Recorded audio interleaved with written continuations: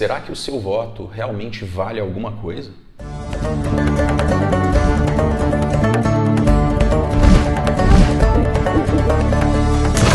Caríssimos peripatéticos, sejam mais uma vez bem-vindos ao canal Missionário, o canal mais catilogente do YouTube. E eu, professor Renan, venho aqui para compartilhar com vocês conteúdos de filosofia, política, atualidades, artes, cultura em geral. E hoje quero falar com vocês sobre um assunto fundamental, mas conhecido por pouquíssimas pessoas. Como funciona o sistema eleitoral no Brasil? Vejam bem, a grande maioria das pessoas acredita na velha fórmula herdada da filosofia iluminista do século XVIII, que diz mais ou menos o seguinte: um homem, um voto. Então, cada indivíduo teria o direito de dar o seu voto no candidato de sua preferência, e aquele candidato mais votado que representa a preferência ou que representaria a preferência da maior parte dos eleitores seria, portanto, eleito.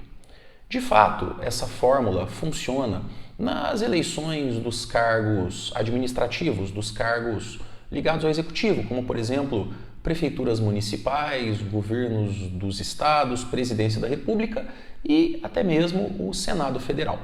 Porém, para os cargos do legislativo, a coisa é um pouquinho diferente. Existe uma fórmula adotada aqui no Brasil, conhecida como fórmula do quociente eleitoral, que faz parte de um sistema mais amplo, conhecido como sistema proporcional. E esse sistema proporcional, pessoal, é uma coisa meio estranha, é uma coisa meio bagunçada, é uma espécie assim de jabuticaba. Sabe essas coisas esquisitas que praticamente só existem no Brasil? Então, esse é o sistema proporcional que nós adotamos. Vejam, segundo esse sistema, sistema proporcional de votação, que é aplicado nas eleições para o legislativo, por exemplo, câmaras de vereadores, assembleias legislativas estaduais e principalmente Câmara dos Deputados, é necessário fazer um cálculo matemático para que se saiba quem efetivamente foi eleito.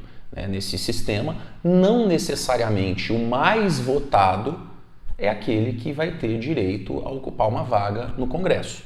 Parece meio estranho pensar dessa forma, e é estranho mesmo, aliás, é uma coisa extremamente esquisita, mas no sistema proporcional são computados os votos válidos, ou seja, todos os votos nominais aos deputados, deputados estaduais, vereadores, mas os votos nos partidos, o chamado voto em legenda, que é quando você vota ali digitando os números iniciais do partido, mas não especifica em qual candidato você está votando.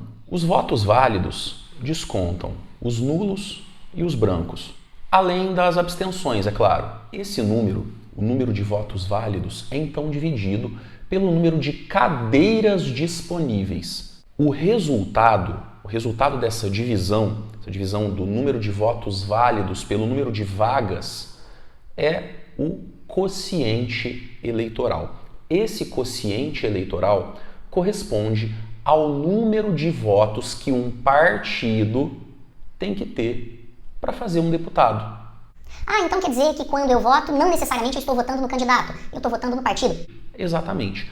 Por mais que você especifique na urna eletrônica em qual candidato você está votando, em última análise, o seu voto vai para o partido dele. Imaginem que 5 partidos diferentes disputam vagas numa eleição municipal para a Câmara dos Vereadores.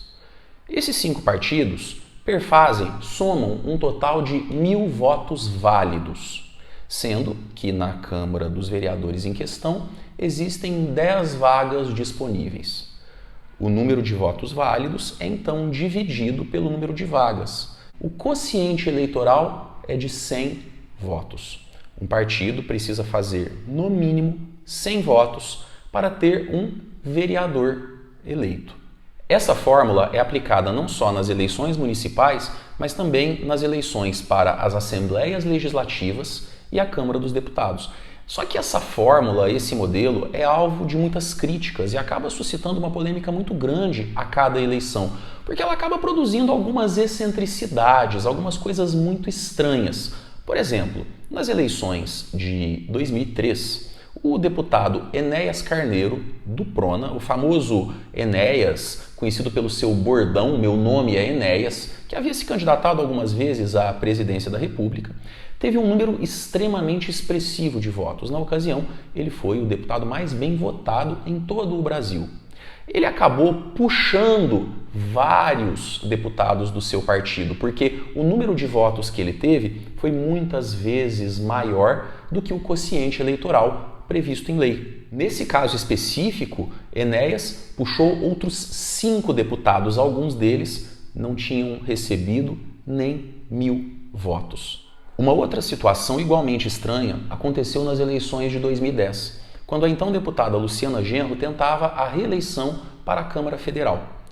Na data, ela recebeu 129.000 votos, sendo uma das candidatas mais bem votadas no país, e, no entanto, não foi eleita, porque o seu partido, o PSOL, não conseguiu, na soma de todos os votos válidos de todos os seus candidatos, fazer o quociente eleitoral. O problema do quociente eleitoral, além dessas excentricidades que eu acabei de mencionar, é que você nunca vai saber o número necessário de votos para que um partido faça um candidato eleito antes da apuração das eleições, porque ela depende de diversas variáveis, como, por exemplo, o índice de abstenções, o número de votos brancos, o número de votos nulos. Além disso, cria uma situação muito esdrúxula, porque o eleitor nunca vai saber de fato quem ele está ajudando a eleger. De repente, ele pode estar dando seu voto para um candidato, porém contribuindo para a eleição de outro.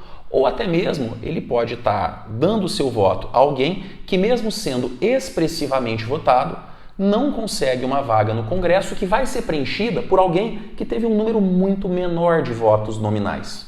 Eu mesmo já vi algumas situações dessa natureza aqui na minha cidade. Eu moro numa cidade pequena, então o quociente eleitoral geralmente é baixo, porém eu já observei situações em que candidatos com 800, 1.000 votos não foram eleitos e outro candidato de outro partido com 250, 300 votos conseguiu uma vaga na Câmara dos Vereadores. E a mesma coisa acontece nas Assembleias Legislativas Estaduais e na Câmara Federal dos Deputados. Isso cria um outro problema.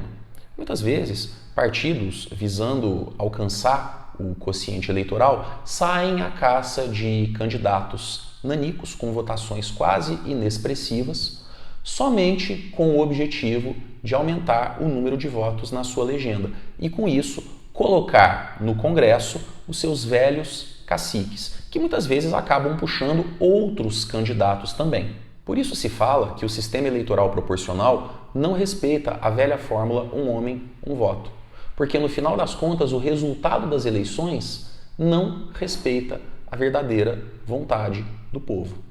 Ai, Renan, você tá aí falando do sistema eleitoral proporcional, que ele não funciona, mas há tantos anos ele é praticado no Brasil. Será que dá para fazer alguma coisa para corrigir esse problema? Eu defendo, e muitos outros estudiosos do assunto defendem, que se implante no Brasil o sistema conhecido como voto distrital misto. Mas eu vou deixar para falar dele no próximo vídeo. E aí, gostou desse vídeo? Entendeu como funciona o sistema eleitoral no Brasil? Se sim, não deixe de comentar e se inscreva no canal.